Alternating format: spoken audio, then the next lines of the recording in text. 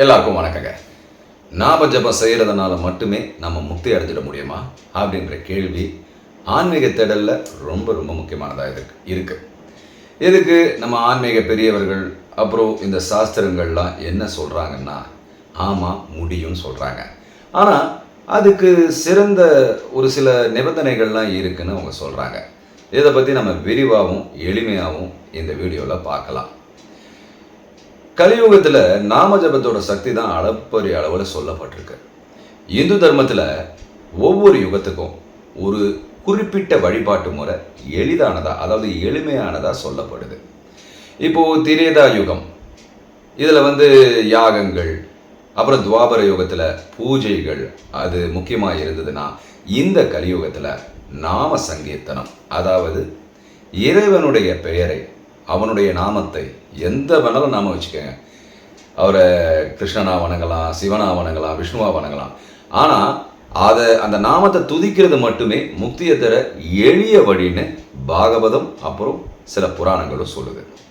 இதுக்கு கடுமையான உடற்பயிற்சிகளோ, அதாவது யோகங்களோ, யோகாசனங்களோ, பிரம்மாண்டமான பொருட்செலவோ தேவையே இல்லைங்க. இதுக்கு தூய்மையான பக்தியும் நம்முடைய நாக்குமே போதும். இது எப்படி சாத்தியம்? வெறும் வார்த்தைகளை இயந்திரத்தனமாக உச்சரிக்கிறதுனால மட்டுமே உடனடியாக முக்தி கிடைச்சிடாது. நல்லா கவனிங்க. இயந்திரத்தனமாக ஓம் நம சிவாய, ஓம் நம சிவாய, ஓம் நம சிவான்னு இயந்திரத்தனமாக ஜபிச்சா மட்டும் முக்தி கிடைச்சிடாது.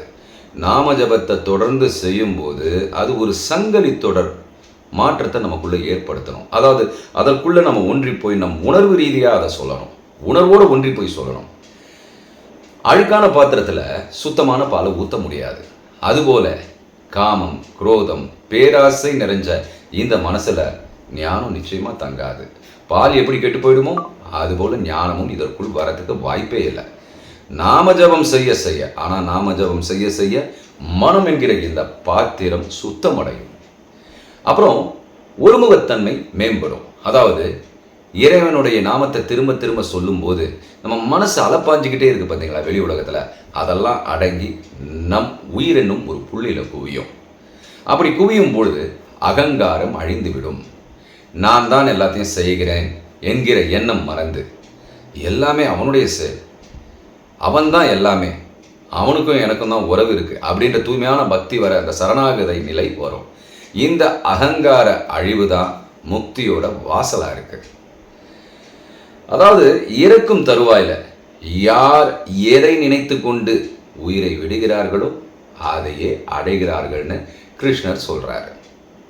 வாழ்நாள் முழுக்க நாம ஜபம் செய்கிறவங்களுக்கு மட்டுமே கடைசி நேரத்தில் இறைவனுடைய நாமம் நினைவுக்கு வரும். அப்படி நினைக்கும் பொழுது அவங்க நிச்சயமாக முக்தி அடைவாங்க. முக்தின்னா என்ன? விடுதலை அடைதல். எல்லாவற்றிலிருந்தும் விடுதலை அடைந்தால் நீங்கள் உங்களுக்குள் செல்வீர்கள். உங்களுக்குள் தான் அந்த பிரம்மம் இருக்கிறது. அந்த பிரம்மத்தோடு சரணடையும் போது உங்கள் ஆன்மாவை அறிவீர்கள். ஆன்மா பரமான்மாவோடு ஒடுங்கிவிடும். இதுதான் முக்தி. இதை எப்படி செய்யணும்? முக்கிய நிபந்தனைகள் என்ன? நாம ஜபம் முக்தியை கொடுக்கணும்னா அதை எப்படி செய்யணுன்றதுக்கான வழிமுறைகளை பார்க்கலாமா? அதாவது நாம ஜபத்தின் மேலே நம்ம முதல்ல நம்பிக்கை வைக்கணும். இது என்னை வழிநடத்தி செல்லும், எல்லா வளங்களையும், இந்த உலகத்தில் இருக்கிற எல்லா வளங்களையும் எனக்கு கொடுக்கும், அந்த உலகத்தில் இருக்கிற, அதாவது உள் உலகத்தில் இருக்கிற அமைதித்தன்மையும் எனக்கு கொடுக்குன்ற நம்பிக்கையோடு அந்த நாமத்தை சொல்லணும். அப்போது அந்த நாமத்தின் மேலே முழுமையான நம்பிக்கை வச்சு அதை சொல்லும் பொழுது பக்தின்ற ஒரு விஷயம் நமக்குள்ளே வர ஆரம்பிக்கும்.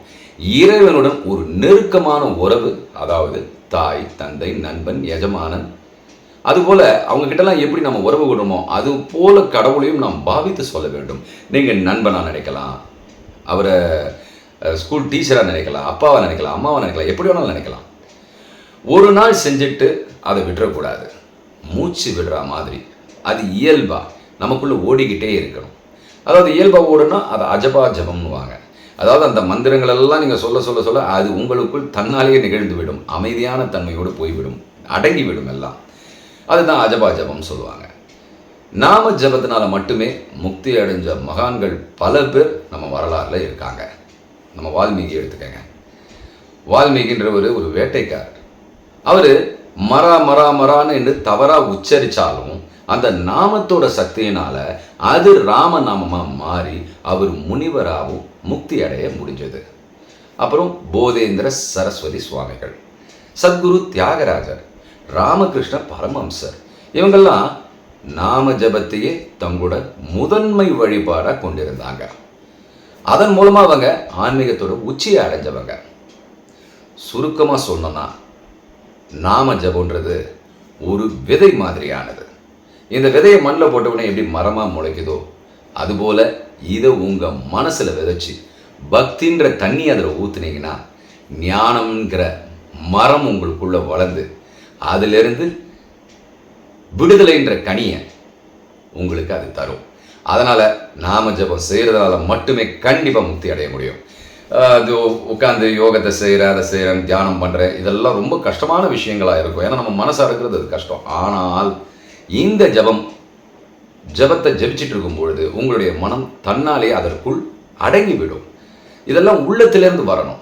உங்களுக்கு பிடிச்ச இறைவனோட நாமம் ஓம் நம சிவாய, ஹரே கிருஷ்ணா, ஓம் நமோ நாராயணாய, ராமா, எதுவாக இருந்தாலும் அதை முழு நம்பிக்கையோடு தினமும் சொல்லிட்டு வாருங்க. அப்போ பாருங்கள் அதிசயத்தை. இதை நீங்கள் சொல்ல சொல்ல உங்களுடைய வாக்கில் ஒரு பலம் பெற ஆரம்பிக்கும். அதனால் இன்னிலேருந்து இதை ஆரம்பிப்போம். நன்றி, வணக்கம், ஜெயஹிந்த்.